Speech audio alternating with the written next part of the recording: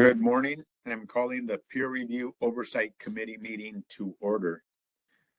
Welcome to the December 12, 2025 Peer Review Oversight Committee meeting. This meeting is being conducted in person and via WebEx with the assistance of the Department of Consumer Affairs. My name is Faust Nojosa, and I am the chair of the California Board of Accountancy's Peer Review Oversight Committee, or PROC. Following the presentation of each agenda item, I will open the item for discussion and action if appropriate. PROC members participating virtually should use the raise hand feature and wait to be called on. I also ask that our members participating virtually keep their microphones on mute when not speaking. The PROC welcomes and encourages public participation throughout the meeting. Members of the public have an opportunity to provide comment in person or via the WebEx platform. Instructions on how to make a public comment will be provided whenever a comment period is open. It will be allotted up to 5 minutes for public comment. At this time, I will turn the meeting over to Mr. Parsons to take roll call and establish a quorum. When Mr. Parsons calls your name, unmute your microphone and state your name. Please remember to mute your microphone once you have stated your name. Thank you. Mr. Parsons. Jennifer Benjamin. Jennifer Benjamin. Vikram Deshpande. Vikram Deshpande. Fausto Hinojosa. Fausto Hinojosa. Nick Peterson. Nick Peterson. Alan Gittleson. Laura Ross. Laura Ross. Jeffrey DeLizer. Jeffrey DeLizer. With that, we have a quorum. Thank you, Mr. Peterson. I will now read the CBA's mission statement. The CBA's mission is to protect consumers by ensuring only qualified licensees practice public accountancy in accordance with established professional standards. This mission is derived from the statutory requirement that protection of the public shall be the highest priority for the California Board of Accountancy in exercising its licensing, regulatory, and disciplinary functions. Whenever the protection of the public is inconsistent with other interests sought to be promoted, the protection of the public shall be paramount. I would like to begin by welcoming our new PROC member, Vikram Deshpande. Mr. Deshpande, would you like to say a little bit about yourself?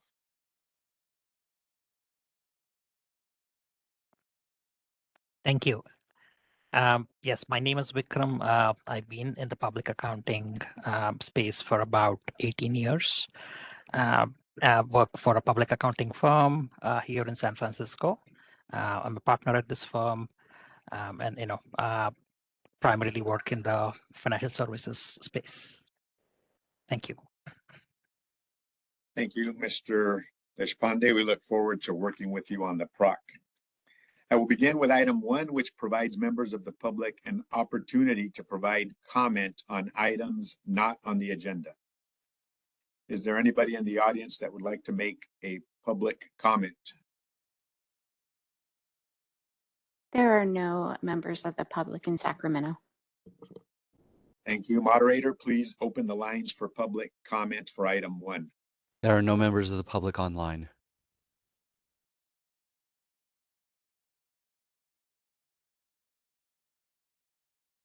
Okay, so moving on to item number 2. Next on our agenda is the approval of the August 8, 2025 PROC meeting minutes.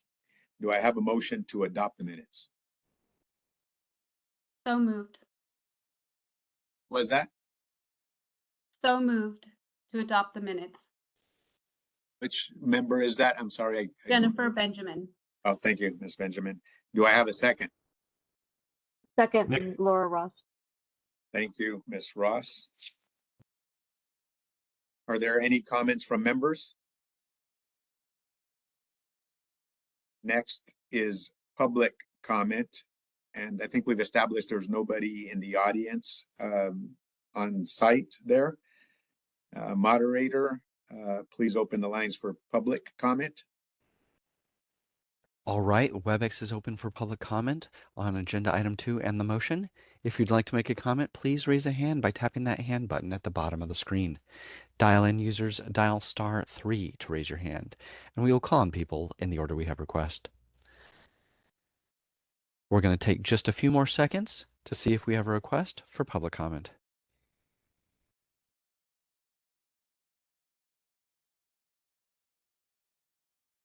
Seeing no request for public comment, do you wish to continue with the agenda or the motion? Yes, Mr. Parsons, please call for a vote. Jeffrey DeLizer, Approved. Laura Ross, Approved. Fausto Hinojosa, Approved. Nick Peterson, Approved. Vikram Deshpande. Approved. The motion carries. Moving on to item 3, report of the recent CBA meetings. CBA member Evangeline Ward is unable to attend today, so the report will be given by Sarah Benedict, manager of the License Renewal and Continuing Competency Unit. Good morning, Chair Hinojosa and members of the PROC. I am CBA License Renewal Manager Sarah Benedict, and I will be providing the report for the September and November CBA meetings. Starting with September, the CBA met at the Marriott in Burbank. During the meeting, CBA members and staff had the opportunity to conduct an outreach event at California State University, Northridge. They held a presentation where members spoke to students, and the staff did several hours of transcript review for students. Staff reported that the CBA's sponsored legislation, Assembly Bill 1175, passed the Senate with a unanimous floor vote on September 2nd and was officially presented to the governor on September 9th. The bill was subsequently signed by the governor on October 3rd. The CBA approved proposed regulations and the initiation of a rulemaking to implement the various provisions of AB 1175. The CBA continued its discussion on modernizing continuing education requirements, focused on 2 main topics.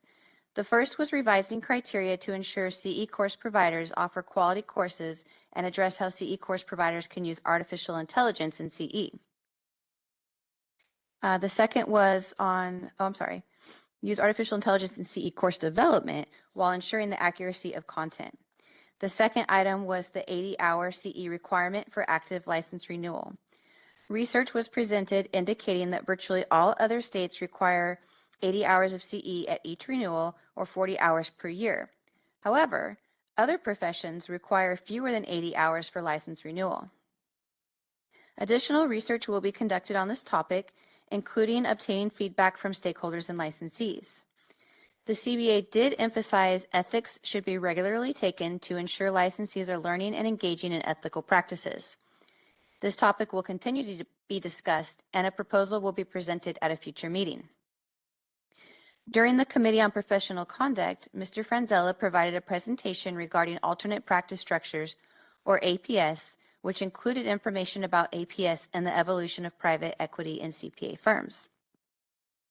Mr. Franzella noted that he was appointed to the NASBA Private Equity Task Force, and he would be participating in a panel discussion at the NASBA annual conference regarding this topic. All right, moving on to the November meeting. The CBA elected Kristen Latta, CPA, as president, Doug Aguilera, CPA, as vice president, and Patricia R. Batchelor, CPA, as secretary treasurer. We also reappointed Fausto Hinojosa, CPA, to serve as our PROC chair, and Nick Peterson, CPA, to serve as the vice PROC chair for 1-year terms effective January 1st, 2026. The CBA approved the 2026 PROC meeting dates. The CBA had the opportunity to receive a presentation for representatives from Ernst & Young, LLP, Richard Jackson and Ryan Liu regarding artificial intelligence, or AI. The presentation included discussions regarding AI's latest trends, strategies, and opportunities, at-risk management and global regulatory landscape, AI and the future of finance and the audit, governance and responsible AI, trends and considerations for management and the board. You can view that presentation on the CBA's website. Staff provided an overview of activities to implement the CBA's 2025 through 2029 strategic plan, which included expanding cross-training, promoting internal office culture, and promoting professional development. Staff also presented the 2024-2025 CBA annual report. The annual report will be available to view on the CBA's website this month. The CBA also approved a comment letter expressing our support of the AICPA and NASBA exposure draft on the proposed statements of standards for continuing professional education programs. They approved the reauthorization of a rulemaking to amend, add, and repeal changes to previously proposed text consistent with AB 1175 to correct typos, a drafting error, and inconsistencies. The CBA will hold its next regularly scheduled meeting in person at the California Board of Accountancy and via WebEx on January 22nd and 23rd, 2026. And that concludes my presentation. Thank you. Thank you, Ms. Benedict, for providing an overview of CBA activities. Are there any comments or questions from members? Hearing none, next is public comment. Is there anybody in the audience that would like to make a public comment? There are still no members of the public here in Sacramento. Moderator, please open it up for public comment. We are open for public comment on agenda item 3. If you'd like to make a comment, please raise a hand by tapping that hand button at the bottom of the screen. Dial-in users dial *3 to raise your hand, and we will call on people in the order we have requests. We're going to take just a few more seconds to see if we have a request for public comment.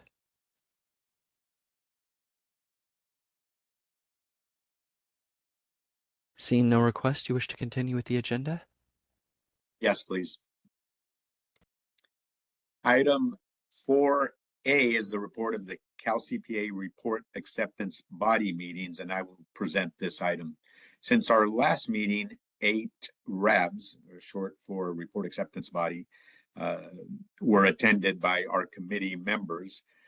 Written reports are submitted for each of those RAB meetings, and it was the conclusion of the committee members that the RAB meetings met expectations. So there is nothing further to report about those meetings. Are there any comments or questions from members?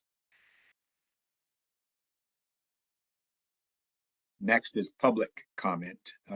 We've established there are no members of the public at the CBA. A moderator, please open it up for public comment. WebEx is taking public comment on agenda item 4A as an alpha. If you'd like to make a comment, please raise a hand by tapping that hand button at the bottom of the screen. Dial-in users dial *3. And we're going to call on Rich Smithian. Hold on just a moment. You can unmute at will. Okay, thank you. I didn't have any specific comment on the report, but I did want to point out, by the way, my name is Rich Smitty, and I'm the peer review director for Cal CPA. I did want to point out that during this period, we did have some cancellations of RAB meetings, which when that happens, we notify the board and typically the PROC representative that of the cancellation that is taking place, was taking place. I just wanted to point out the reason for that is in many instances it was really just a workflow and a volume of work. We schedule out that 6-month period, the RAB meetings 6 months in advance, and we typically have had 5 meetings per month. And we have found that with the reduction of the number of, we've seen a reduction in the number of reviews, and as a result, we haven't had as necessary as many meetings. So we had to cancel at least 2 during this time period. So I just wanted to point that out to the PROC members. Thank you, Mr. Chair. No further public comments. Thank you, Mr. Smidian. We will move on to item 4B. Item 4B is the report on the PROC of out-of-state administering entities. I will turn this item over to Laura Ross. Thank you. Um, the AICPA performed their oversight for Ohio on December 14th, 2022. So we reviewed their report. They had no findings, so it was a clean report. So we have no additional questions on the oversight for the Ohio Society's peer review program at this time. And for Florida, I believe that was Mr. DeLizer who did that oversight.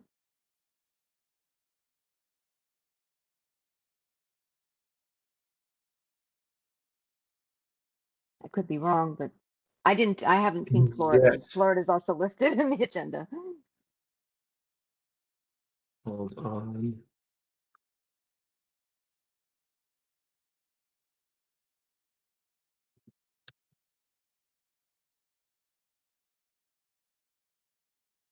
There we go. Yes, Florida was also done. Their oversight was conducted September of 22. It met expectations. This was just a written item only. The previous report had no findings. This one had no findings, so nothing to report. So that's it. We'll turn it back over to Mr. Hinosa. Thank you both for your reports. Are there any comments or questions from members? Hearing none. Next is public comment. There are no members of the public at the CBA. Moderator, please open it up for public comment. Now is the time to raise your hand for public comment on 4Bs and Bravo. If you'd like to make a comment, please raise a hand by tapping that hand button. Dial-in users dial *3 to raise your hand, and we will call on people in the order we have requests. We're going to take just a few more seconds to see if we have a request for public comment.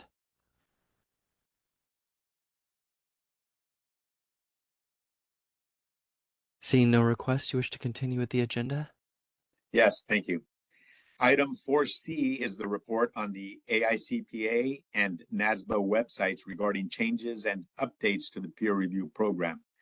I will now turn it over to Jeff DeLizer and Jennifer Benjamin to present. And Jennifer, you can add to the what I thought I would do is kind of share kind of my overview, and then Jennifer, if you've got stuff to add, please do so. Looking at the NASBA website, there was not a lot of directly peer review related material there. There was as mentioned in the report from the Board of Accountancy meetings related to private equity task force, there is a reference in the exposure drafts related to these alternative practice structures and private equity that basically states that this white paper kind of claims that peer review remains the primary mechanism for monitoring and enhancing the non-issuer attest services, that function. So it references it indirectly as being one of the only methods out there to monitor the quality of those engagements. There's also some CPE standards that were issued and relayed on the NASBA AICPA website that kind of indirectly refer to peer review as well. On the AICPA's website, most of the articles relate to the new quality management standards that become effective this month, and so the final standards were issued, and the clarified all those standards are available for download from the AICPA's website. In addition, there are a couple of newsletters that I have reported on the last couple of months. There was not a new peer review prompts newsletter, which is the semi-annual newsletter for peer reviewers to use to disclose information to their clients, the firms they review. The spring issue that I reported on in August was the last one that I saw posted there. And then the other newsletter that they post, the reviewer alerts, and that provides communication for peer reviewers to kind of focus their attention on current issues. There were 3 of those that I saw posted: September, October, and December. Most of the articles in those alerts are related to the the new quality management standards and updates and reminders about that, and then reports on the AICPA's peer review meeting, and their peer review board meetings were also reported on, and then again just documentation tips and tips for peer reviewers related to as they engage with the new quality management standards. But there are 3 of those newsletters. They're pretty good articles if you want to take a look at them. Jennifer, I'll turn it over to you. Did you have other stuff to? The only other thing that I would add, and Jeff, you did a great job, thank you, is that there are some new practice aids out there for different practitioners. Importantly, for forensic accounting, there are some new practice aids that have been updated, and for any of those people that are practicing in that area. So I just wanted to let you know that. That's it.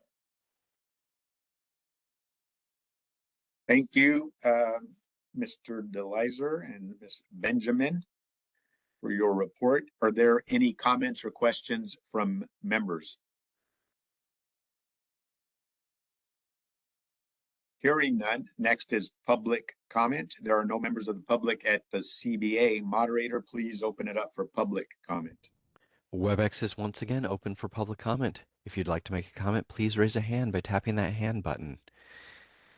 We're going to take just a few more seconds to see if we have a request for public comment.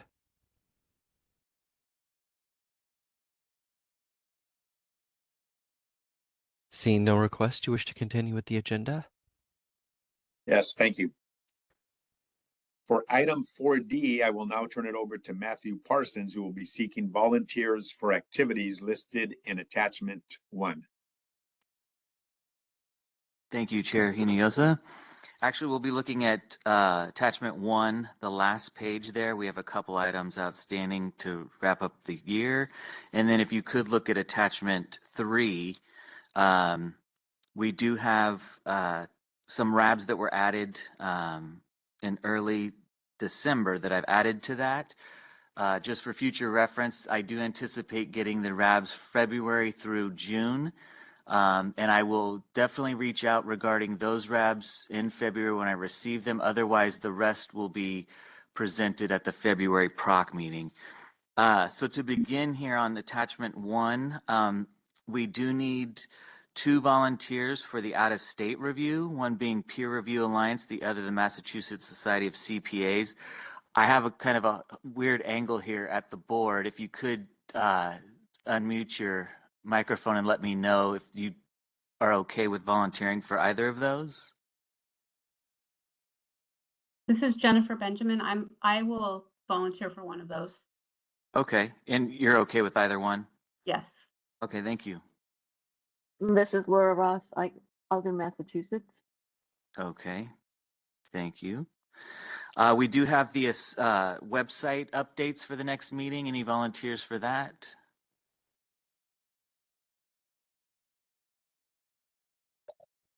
This is Jeff DeLizer. I can volunteer. Okay. This is Vikram. I can also volunteer and join, Jeff, in that process. Okay, I'll likely initiate that. Just a reminder to work together. This would be your first time doing that, Vikram. So I as I did with Jennifer, I'll kind of encourage that conversation between the two of you before engaging in that, so you kind of have an idea. Absolutely. All right, attachment 3. So I do have some RABs listed there. The January 13th RAB, any volunteers for that? I can do that, Jennifer Benjamin. All right, thank you. Let's see here, January 20th. This is Fausto. I can handle that one. Okay, thank you. The January 22nd RAB at 2 p.m.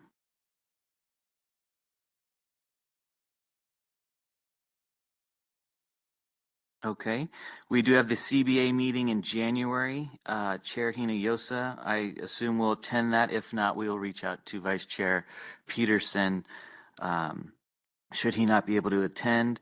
And then we have the RAB on January 29th at 9 a.m. By the way, this is Jennifer Benjamin. I will take the 20th if you don't have anybody. Chair Hinoyosa volunteered for that one. The 22nd was the one I kind of moved Okay. over. You able to do that? No, sorry, I can't. Sorry. Okay, that's okay. This is Nick Peterson. I can do the 29th. Okay, thank you. And then lastly, which will bring us up to our next meeting. Again, I had told you about the RABs moving forward with those, but we do have on February 11th, if anyone is interested in attending, AICPA does have a peer review board open session. Chair Hinoyosa attended 2 of those this year. If we can get a couple of those done throughout the year, I've listed them for the remainder of the year, but if anyone's available for that, I'll take volunteers. This is Laura. This is February 11th. This is February 11th. I haven't found the sheet with your list on it yet. Is there a time? Is there do we have a It's time frame? I believe it's an all-day thing. Perhaps Chair Hinoyosa could shed more light on that, but I believe it's or an afternoon, if I'm not mistaken. Actually, Okay. I think they've been in the morning. They start maybe at 11 East Coast time. So I think it's been like from 8 to 10 or 11 our time. And the last couple have actually gone much quicker than the time allotted. Okay. So I can, it's you know, you can listen in, and they also provide a good summary after the meeting of what was discussed. I can do the 11th. Okay, great. And as with the RABs, I will provide you with the checklist for that as well. Okay. All right. With that, I will turn it back over to Chair Hinoyosa. Thank you. Thank you, Matthew. Are there any comments or any other comments or questions from members? Hi, this is Vikram. I probably want to start attending the RABs. So the first time, is it recommended to kind of go with another member? So I'll have availability except for January 22nd. I can probably shadow someone or go with someone on the other RABs. 13th as well as the 29th. Okay, let's add you to the 29th. Nick has been on the committee for a while here now, and I think he'd good to work with on that. Nick, if you're all right with that? Completely okay. Perfect. Vikram, I have you down for attending the 9 a.m. RAB on January 29th with member Peterson, pardon me. Sounds good. Okay, thank you. Thank you. Oh, I'll just add one more thing.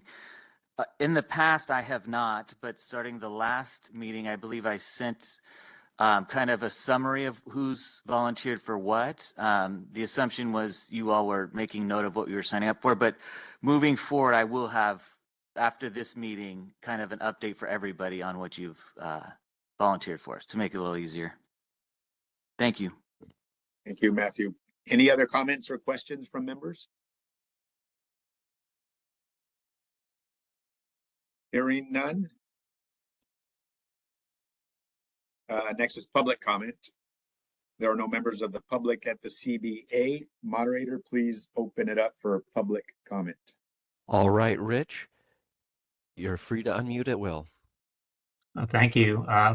And I think Matthew is aware of this, but for the benefit of the committee, when we're scheduling out our RAB meetings for 2026, as I mentioned earlier, we reduced the number of RAB meetings in the last 6-month period. As we're looking out over the next 6 months and candidly over the next year, we expect the number of RAB meetings per month to be at 4 meetings, which is down from what we've had in past periods where it's been between 5 and 6. And I know that the PROC and the committee members have I think you try to reach a minimum number of meetings per year. So I just wanted to give you some advance notice that the number of meetings will be reduced from the prior periods. I don't know what that cycle is, but pretty consistently we're looking at 4 months. That could expand if we see an increase and an uptick in the number of cases, but we think 4 should be sufficient per month rather, per year.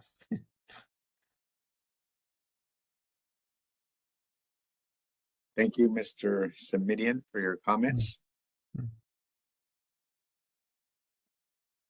Hearing no further comments, we'll move on to item 4E.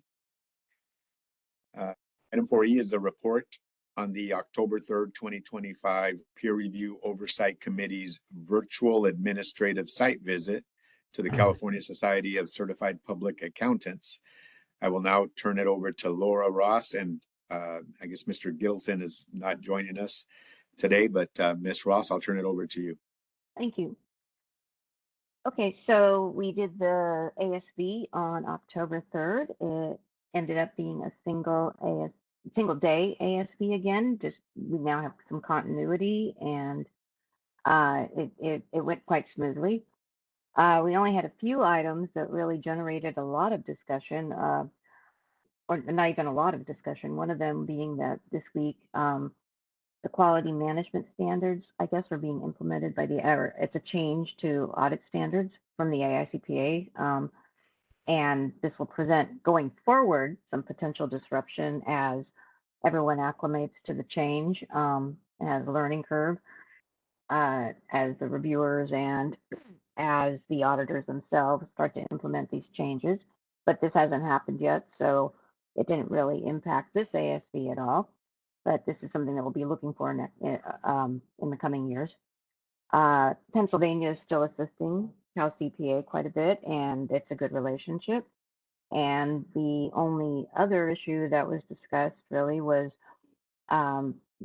basically peer review of alternative practice structures, and it was noted that these will probably be done in the future by the National Peer Review Committee and not by Cal CPA, so it also probably will not impact the peer reviews that are taking place with Cal CPA anymore. And other than that, it was everything was very clear and outlined well, and the report will be issued soon. Thank you, Ms. Ross, for your report. Are there any comments or questions from members? My only comment is that, as we heard, I think previously from Mr. DeLizer monitoring the website, and now Ms. Ross, and I think all of us are familiar and aware of the quality management standards. And so it will be interesting to see the impact that that has on peer review here moving forward. And I would imagine that there will be some challenges for firms implementing, and that there probably will be some matters identified in peer reviews. And I expect that the AICPA and maybe Cal CPA will provide and is providing already guidance on how those matters will be addressed in upcoming peer reviews. So that's my comment. Any other comments or questions from members?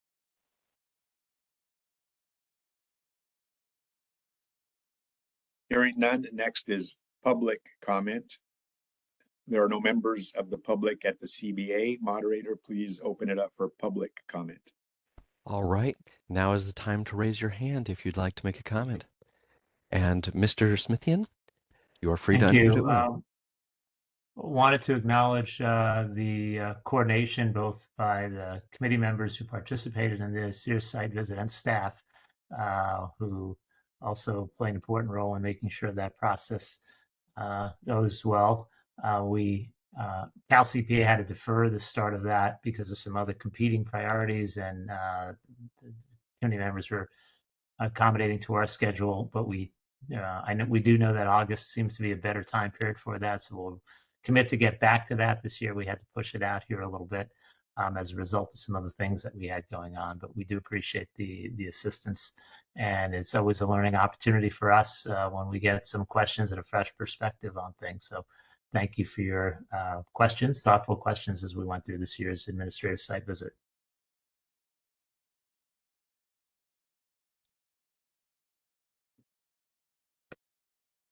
Thank you, Mr. Semidian, for your comments.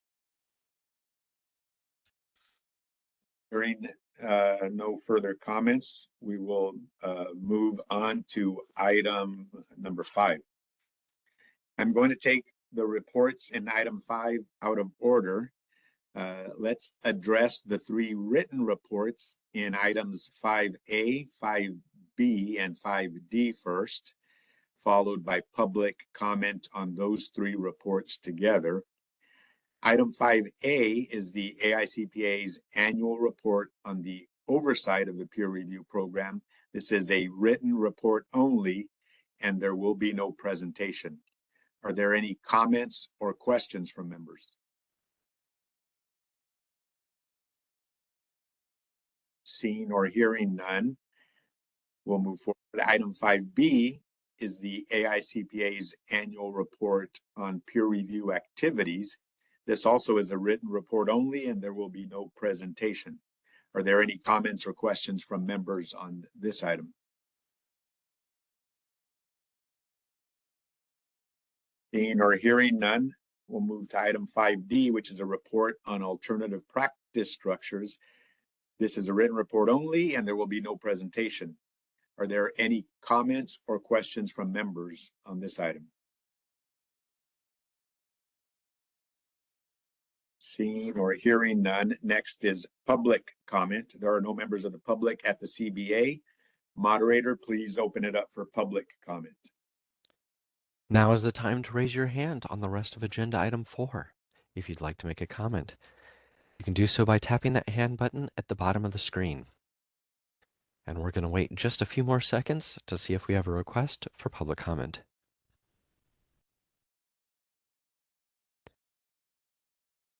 Seeing no request, you wish to continue with the agenda? Yes, thank you. For item 5C, I will now turn it over to Michelle Center. Thank you. The purpose of item 5C is to discuss PROC's 2025 annual report.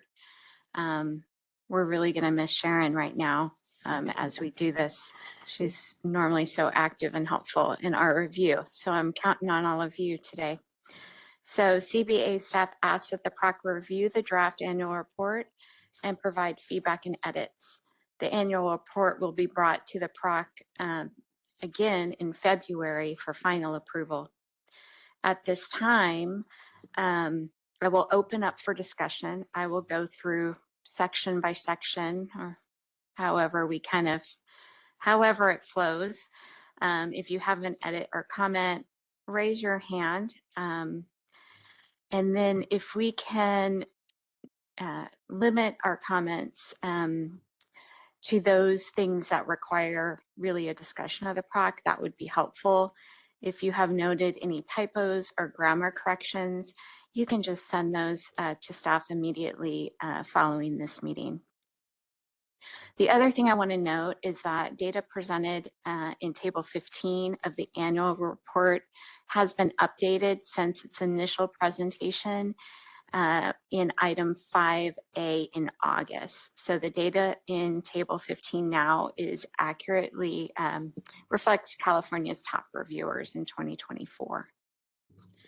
Okay, so we're going to go ahead and go through this.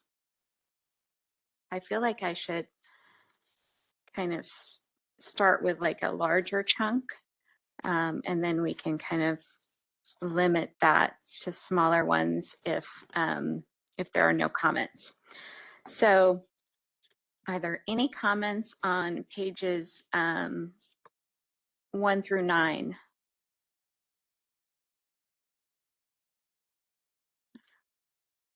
If Sharon were here, I know I'd have to have a smaller chunk. Okay.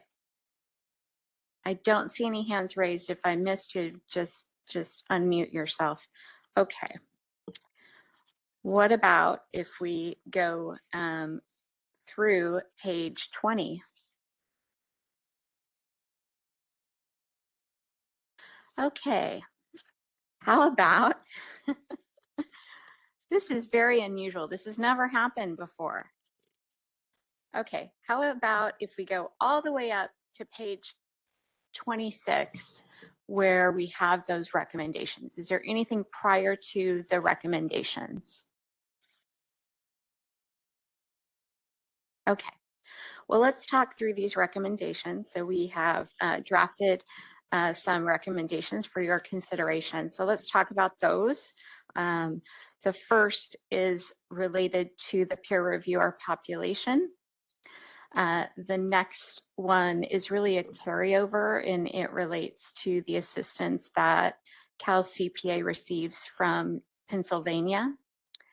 The third one has to do with alternative practice structures. We have heard that mentioned earlier. I believe Member Ross was the one who pointed out that at this point in time, there is an expectation that NPRC is going to be doing those particular peer reviews. This just allows us this recommendation for PROC to kind of make sure that if that changes or if there are any other pieces of information that come about that puts Cal CPA and our state peer review program really more in a driver's seat on that, that we have a recommendation in here to deal with that. The last one has to do with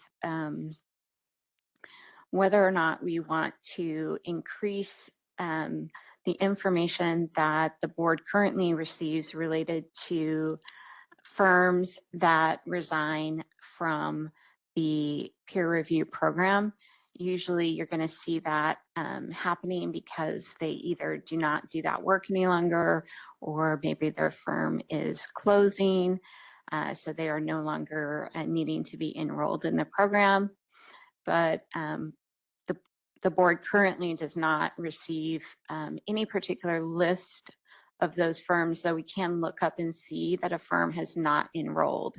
And so if there was any desire for the board to look at a particular firm over time that may enroll and then not enroll for a period of time, and that kind of changes over time from enrolled and not, we would really not have an easy way of looking at that right now.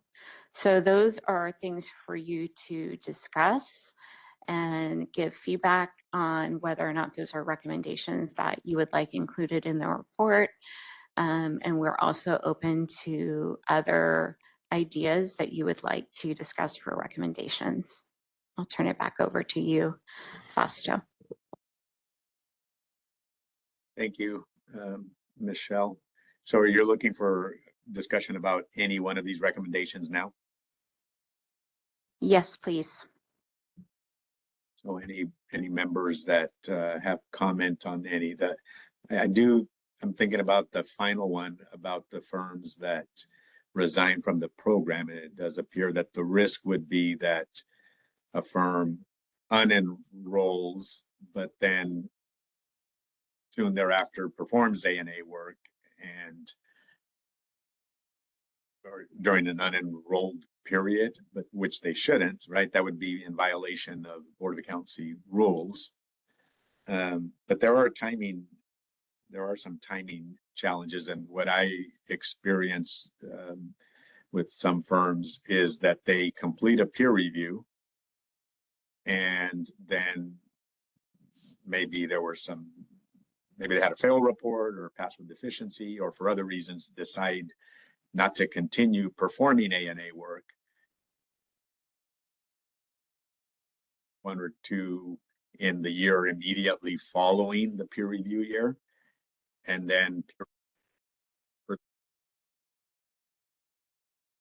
think I asked Matthew and Sarah yesterday about this, and now they're still required to have a peer review, but they've decided not to do any A&A work. So a peer reviewer would be performing a peer review of year one of that 3-year period when the firm is no longer doing A&A work. So I don't know if that seems related to this bullet point 4 about firms unenrolling, but it seems to me unnecessary for a firm to have a peer review on engagements that are 3 years old when the firm is no longer performing. What the answer is, but it does seem excessive, or it just logically doesn't flow for me.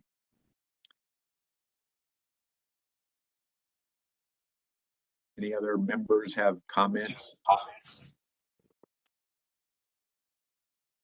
This is Jennifer Benjamin. I have a question with regard to bullet point number 2 on page 26 with regard to Pennsylvania.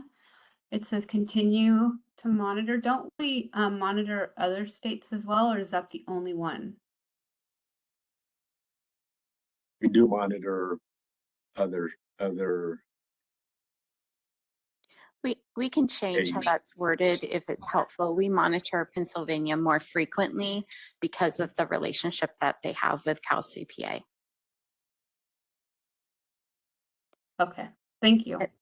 Yeah, and then maybe we can go back to Foster's comment. I know Laura Ross is maybe able to assist me in this, but I think we did have a conversation about firms not enrolling in peer review during the ASV, if I remember correctly. Part, I think, of the concern is that they may have issues that they need to clear up based on their last peer review.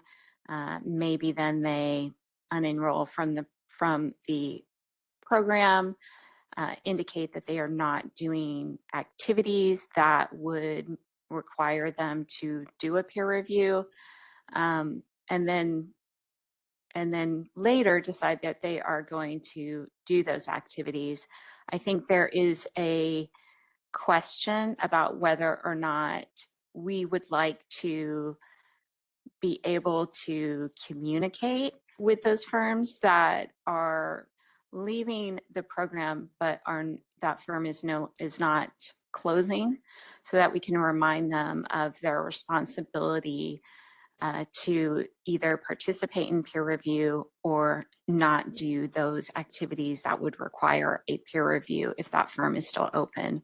Right now, the board does not really have a mechanism to do that communication, because we would have to do it for all of those that are not enrolled. We have no way of knowing which firms have designated that they are opting to resign from the program.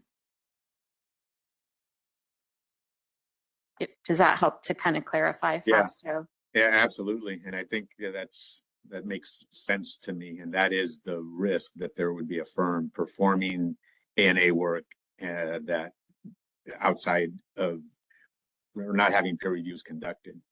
And so it does make sense to get the list of unenrolled firms, because otherwise I don't know how the board can its regulatory oversight.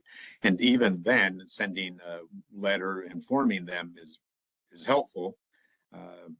But if a firm is, I don't know what current process exists for firms that are doing ANA work and that are not having peer reviews done, if they are self-identifying, or just on the Board of Accountancy form, they just marked that they are not subject to peer review. Is that what currently is happening? Do the firms just say, we're not doing ANA work?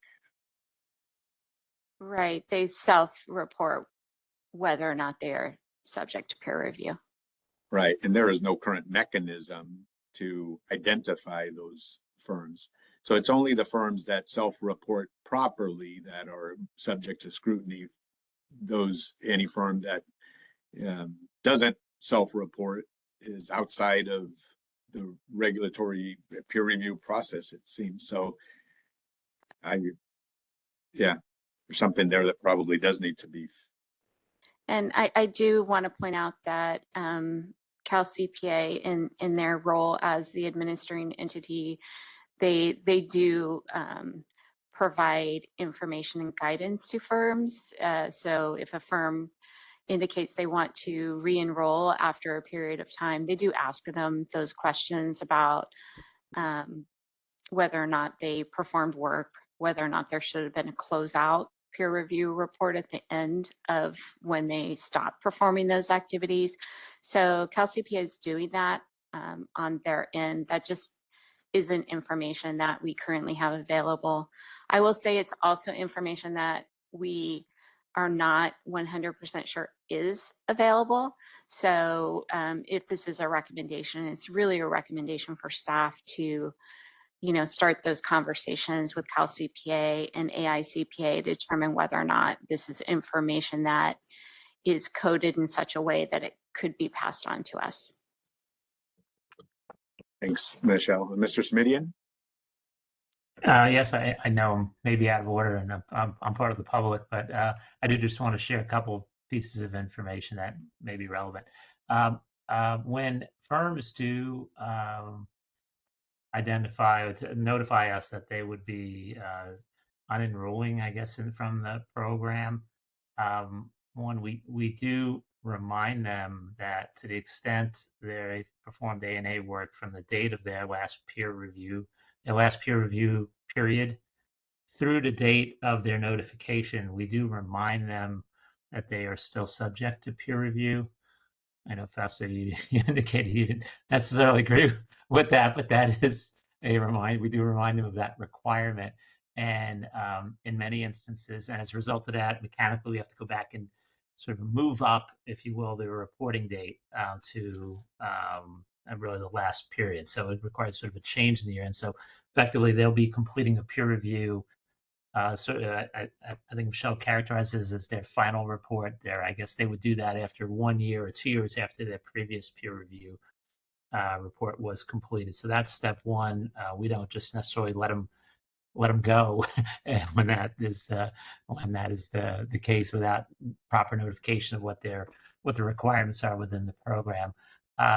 In situations where somebody has no longer enrolls, but then comes back and re-enrolls, we don't treat that as a brand new case. So if to the extent they have been performing work, which they shouldn't have been, but to the extent they have been performing work during that intervening period, one, there's a re-enrollment cost to the firm to do that. There's a higher cost to go back into the cost to get back in the program. Two, there's no free rides. We require that they go back to that 3rd year period from their last peer review if there's evidence that there was any A&A work during that time period. So if they come back to us and say we now are beginning to do an A&A work, we look back over that period of time, even if it's 6 years or 9 years. And we've had instances where firms stopped doing it 2 cycles ago and they came back, and we look to see the earliest point in which they performed that work. And we're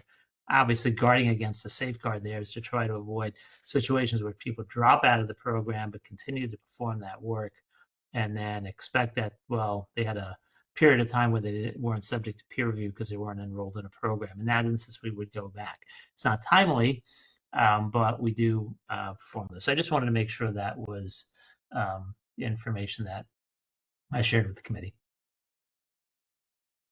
Thanks, Rich. And yes, both Cal CPA and Board of Accountancy staff are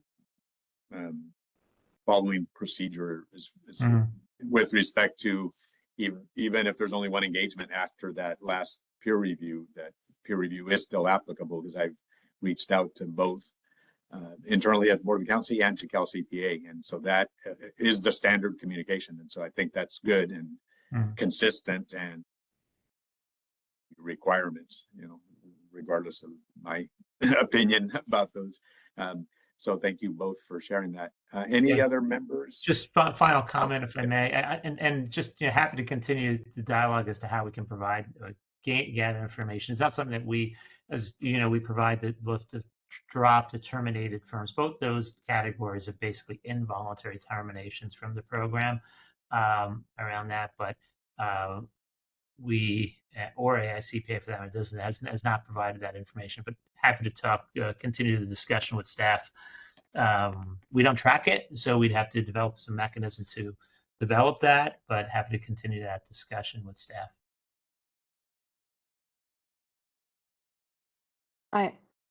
This is Laura. I have a question. I'm not sure if it's Rich or Michelle, but do we have, when a firm has resigned and then they restart doing A&A work, what is their time frame for letting you know? Is it when they do the license renewal? Or do they actually have, is there a mechanism where they should notify right away, we have restarted doing this work? I can provide our answer from a peer review perspective, but I think that answer, well, I think it would be different than the licensing requirement. From a peer review standpoint, they have a limited period of time from the point they've issued their first engagement. It's typically within 90 days, or I think in some cases 120 days, depending on the level of A&A work, where they then should notify an administering entity, presumably us, doesn't always have to be us, but that they have now performed that work. So there's a relatively short period of time after they've initiated their first engagement, whether That's it's a what I brand new wanted to firm know. or a re-enroll. Yeah, So that they had to that doesn't notify, mean they they have to do to, the peer review. yeah. So it's not like they can wait until their next license. They should actually notify the administrator at within 90 days or so, That approximately. that is the requirement from Okay. a peer review professional, but from a licensing standpoint, I'm not sure if there is a earlier Hi, notification Laura. requirements.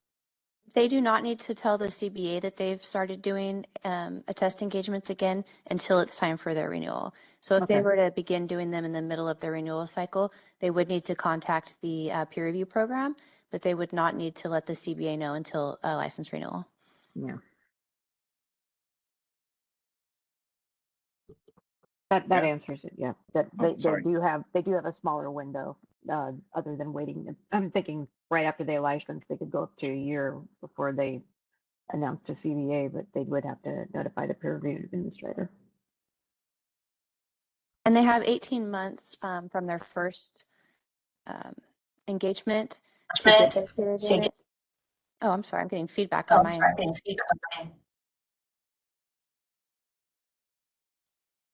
Okay, try it again. All right, perfect. Like I said, they have 18 months after their first attest engagement to have their peer review. So there is kind of some overlap with the timeframes there. They may come up for renewal and maybe they are subject to peer review, but they haven't done it yet. We do have a reporting mechanism for that. They let us know that they're in the program. We can go into Prima and verify that they are in the program if we have questions about that. Once they're in the program, if they continue to do A&A, they're supposed to do it every 3 years. If they're coming and going, it gets a little weird, but I would think that they would still need to do it within 18 months if they've resigned and then returned to the program.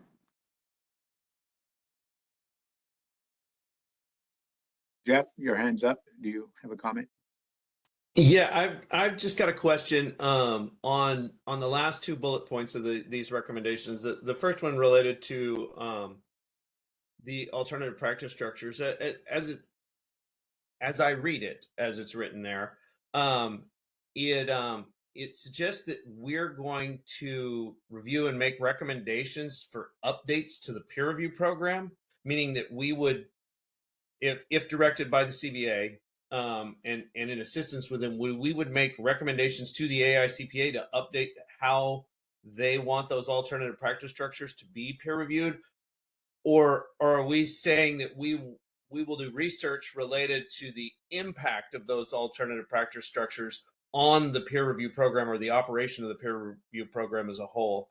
I wasn't real sure on that one what we were trying to say with that recommendation.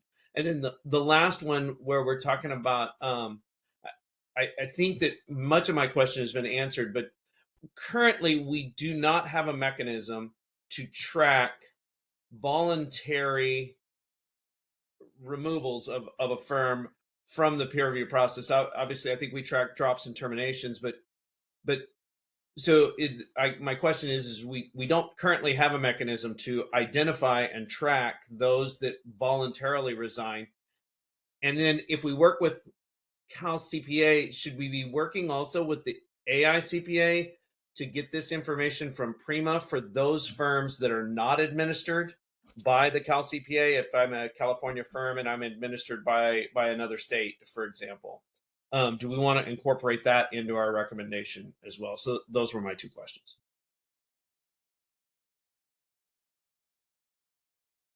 Thanks, Jeff. And reading that third bullet point, about the alternative practice structures. I guess, yeah, I have that question now, and maybe Michelle, you can help answer that. What was the thinking there? I can, and Laura may be able to also assist. As part of the annual site visit, looking at this particular question was one of the things that were added to our new ASV checklist that allows us to add specific questions that have arisen over the last year. And this was one of them. And one of the questions that members asked and they reviewed was, how does a peer reviewer know that the firm that they are reviewing has one of these alternative practice structures, given that that may impact the risk? And so that was something that we looked at. Laura might be able to provide some information on what she thought of that. But I think that it will be interesting to see if there ends up being more direct questions related to that, because right now it is not asked in a very direct manner at all. And so, Laura, do you want to add any information based on what you saw? The conversation, I mean, it was a concern initially. We brought it up, I think, because it starts to become, that it's much more difficult to detect independence issues if there's an alternative practice structure. And, and this was all new. I mean, it really hasn't been discussed much. And I believe Rich had told us that there was there was a little bit of a process already as far as looking at these, but what we ended up doing, I mean, the conversation really evolved into that there's going to be, the National Peer Review Committee would probably be taking this on, so we didn't need to worry about it too much at this point because CalCPA wouldn't be doing those reviews. But I think I mean, our discussions were more about independence and how do that we couldn't even identify this necessarily up front if we didn't ask the right questions. I don't know if Rich remembers part of the conversation. Right. So Laura, it was, you may recall we looked at the pre-survey that was to be completed by the firm. And there were definitely some things in that pre-survey where we had a conversation about, oh, those are some outdated terms or to that effect. And Mr. Sabidian may be able to add to that. And I think there was some questions about, will that particular survey be updated, particularly now that these peer reviews are going to be done more by the NPRC? How might those be flagged? And you're right, we may need to work on this particular question, but I think that was part of it. It was just more of a identification was part of the conversation, because I think in the end, there wasn't this added concern about risk and independence because of the ASV conversation. That did not end up being a concern. Yeah, I think that was just the starting point and that's where we ended up. So, Mr. Smithian, do you have any comment on that particular item? And if we wanted to phrase this in a way that was really not directed at the entire peer review program, but really the process of making sure that firms with these structures are appropriately identified, is there a way for us to know that? There's also, I think, just a basic interest in having that particular data. We were provided with information on a count of number of firms in California that supposedly have these structures, and we weren't. We asked where that data came from. We have not heard back from AICP on that request that was made in October. I'll answer the last part first, which is these firms are self-reporting their firm is participated in an alternative practice structure, which has been defined a little bit better because there have been different models, I guess, and different ways in which those could be structured as well. But the discussion we had during the site visit was at the time, the AICPA, which hasn't been finalized yet, but I expect it will be, and I can report back at the next PROC meeting. But at the time, the firms that participate or have one of these alternative practice structure was viewed as having an elevated risk profile. And to address this, the AICPA reached out to all the administrating entities and said that for a period of time, that all of those firms' peer reviews would then be administered by the AICPA through their NPRC program, with the objective of having some consistency around addressing those issues and how the peer review was conducted. Now, in the meantime, there's been additional tools made available to the peer reviewers, including additional checklists and other questions, not just independence, but other areas that could result in elevated risk that should be addressed from the peer review. But I would expect that all of those peer reviews would be administered by the AICPA, and it is not intended to be a permanent transition, and I don't have a defined period of time, but over some period of time that would revert back to the administering entities. But because this was an emerging issue, this was moving very quickly, the AICPA thought it best to kind of pool all of these so that it goes through one streamlined approach, giving them and the administering entities an opportunity to kind of get the resources necessary to address this elevated risk. So that's sort of what's happening.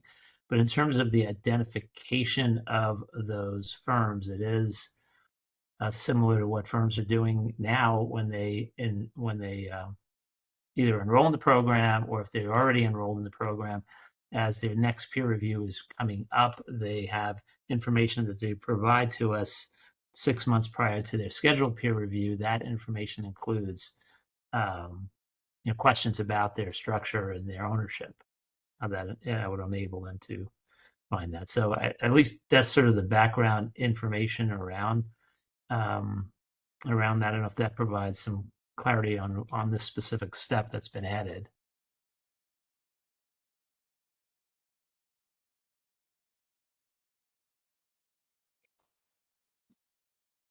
Thanks for that, Mr. Simidian. So it seems maybe that with respect to that bullet point, Michelle, that it's really assists the CBA as appropriate and practicable in reviewing updates to the program associated with firms who are utilizing alternative practice structures, potentially after understanding what's happening and what the risks are, which it seems that the AICPA already has identified this as a high risk area and pulled it back.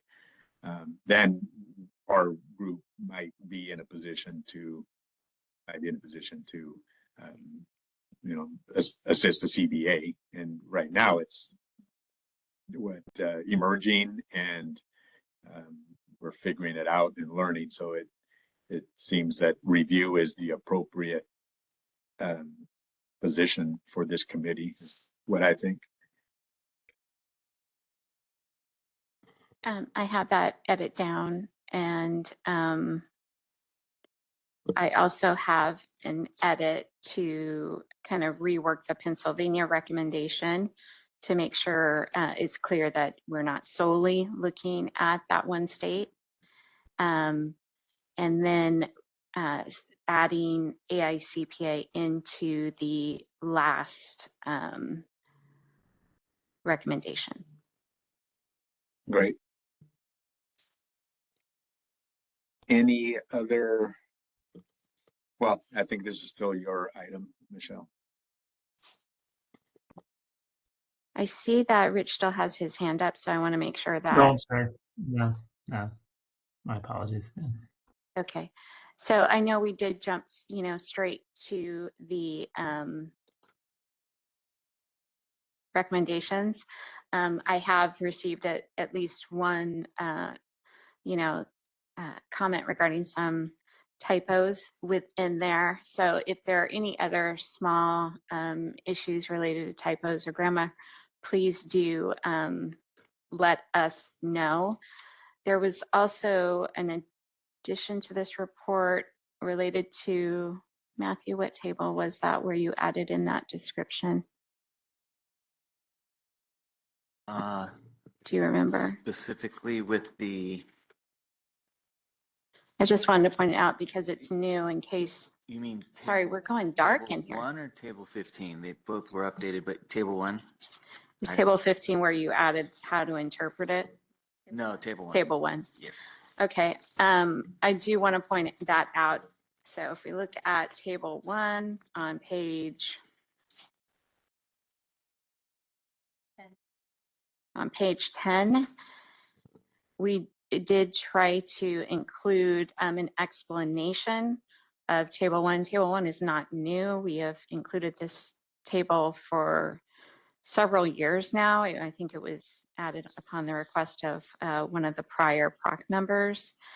But we wanted to make sure that people understood how to interpret the table. So if there are any grammar or just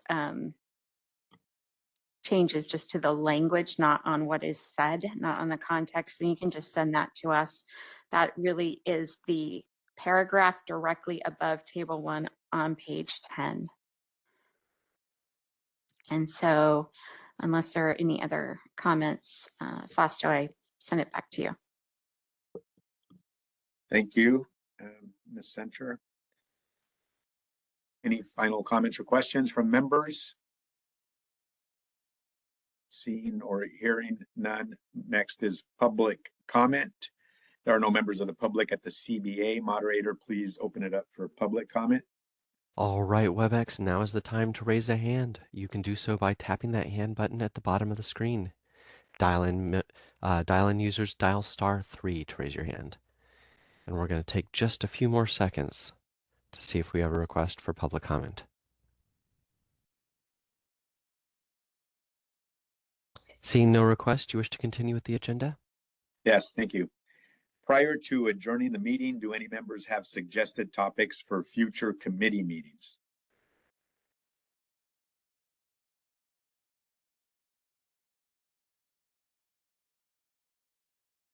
Seeing or hearing no comments. There are no members of the public at the CBA. Moderator, please open it up for public comment. All right, WebEx, now is the time to raise your hand if you have a suggestion for a future meeting. You can do so by tapping that hand button at the bottom of the screen. We're going to take just a few more seconds to see if we have a request for public comment.